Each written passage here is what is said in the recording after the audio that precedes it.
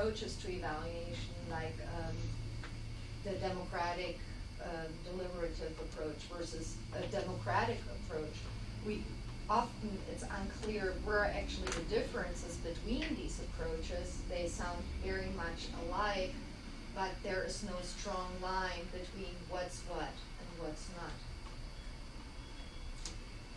So in the area of evaluation theory, Yeah. The question of how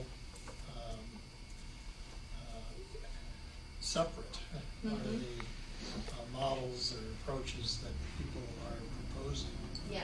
For example, what's clearly a distinction between certain forms of participatory evaluation.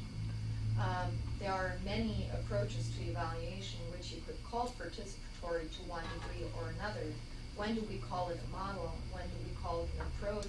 And when do we call it neither or both? Or should we call it? Is it linguistically clean? Okay. Good question.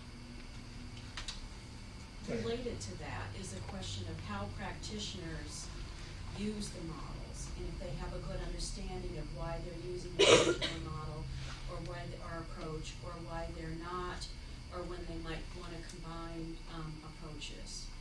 I think you can see that reflected in journal articles that talk about needs assessment or various components of an evaluation, and they describe it as something like, oh, we're using an empowerment model, but then you wonder, well, why?